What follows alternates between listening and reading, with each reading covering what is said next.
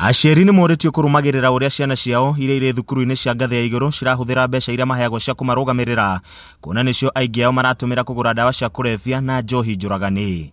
Oho anyiti itemi makiuga muingi hamwe na maabitha a ruhonge rwa wathani ni magirirwo kunyitanira niguo kunyihia ciiko ici kuona aingi ao maikaraga nja wa thukuru. Stakeholders engagement on drug use prevention and management, targeting leaders, community leaders, students from universities and colleges, parents, teachers, policymakers, researchers, all stakeholders, for people who deal with the community members, because we want to prevent youth and students and children from taking drugs. The youth are a different generation and they speak to each other in a language they understand each other much better.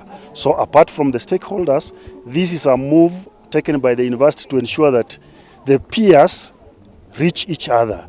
That is a major undertaking. As you know, drug and alcohol abuse is a menace in the nation, and if we don't take steps like this, we are likely to lose a whole generation and lose a nation. Mwenene wa arutwo makiuga aingi ao maraingirira ndawa cia KUREBIA ni thina wa meciria uria urehagwo ni ndugu ciao mari thukuru undu umwe na kuingirira ciiko cia umaramari. Today we had the conference together with the members of the society, the NACADA and also the administrative government, so that we can be able to make forward steps in fighting the use of drugs and substance abuse within our society. And so we are calling up for partnership between us, the institution, and also the members of the society at large. Handũ-inĩ ha Kameme TV, njĩtagwo Edwin Mbugwa.